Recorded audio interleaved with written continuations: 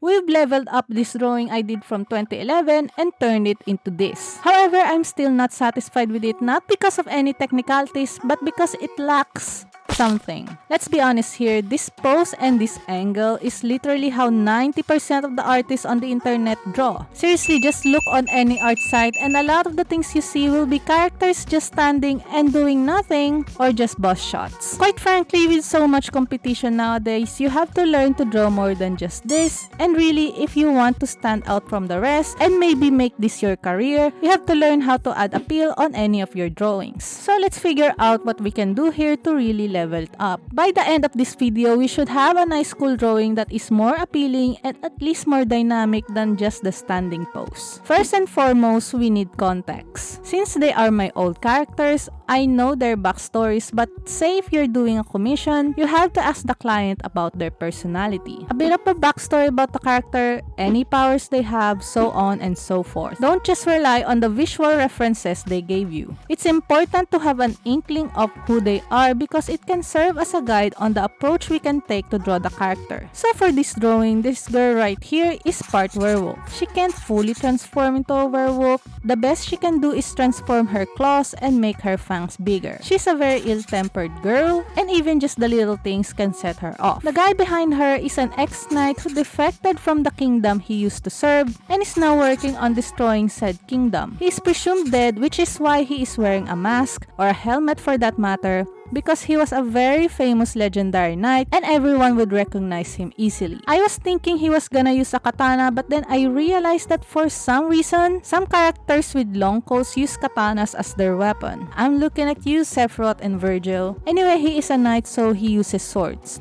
I'll worry about the design a bit later. Now that we have some context, this information can give us an idea on how to draw their poses and how we can compose the entire illustration. What emotion should they convey, etc. Next, let's think of what poses we can draw for this artwork. If you're not having much idea at the moment, what we can do is go to our favorite search engine and just search for poses. For this example, some werewolf poses or dogs that are running poses. Just because the character is part werewolf, that doesn't mean we can only stick to werewolves. Wolves are canines as well, so you can also search for dogs. My idea for her pose is either she would roar. You know that pose where their claws and arms are open and just roaring, that pose. Or we can draw her pouncing and doing a leaping attack. I think that would be more dynamic and challenging. For the knight, there are a couple of options. 1, he's unsheathing his sword. 2, he's on the verge of an attack with his sword raised over his head. 3, he's doing a slashing attack on the side. 4, he's running while carrying his sword. Now that we have some pose ideas, it's time to think of the composition. I'm gonna employ the help of Bodycon and Bodychan and post them based on what I was thinking,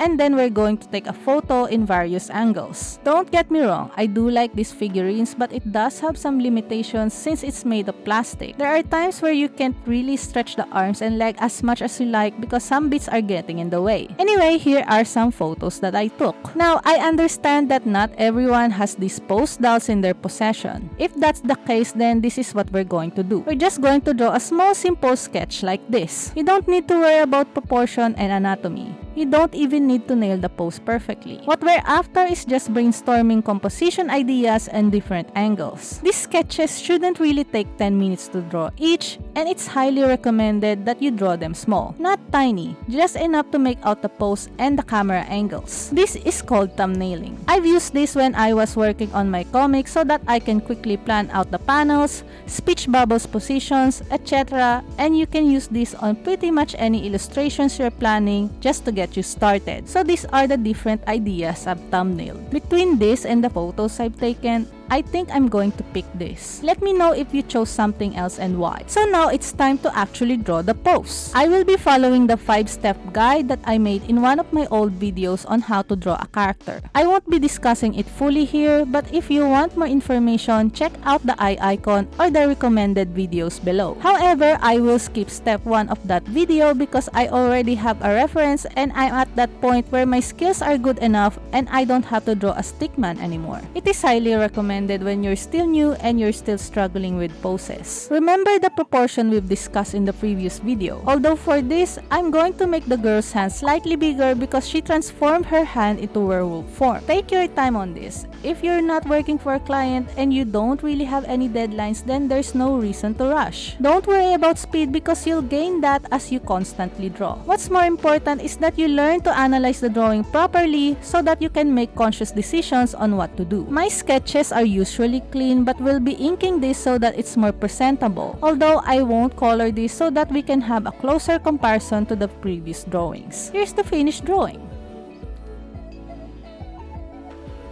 So to sum it up, we went from this old drawing from 2011 and redrew that into this drawing and then made it even cooler by drawing them into a more dynamic pose. Here's a side-by-side comparison of all three of them. What do you think? Did I do these characters justice? Now, if you really want to delve deep into digital art and create illustrations with insane details like this, guess what? I actually have shown my entire digital painting process from start to finish, which you can watch in this playlist right here.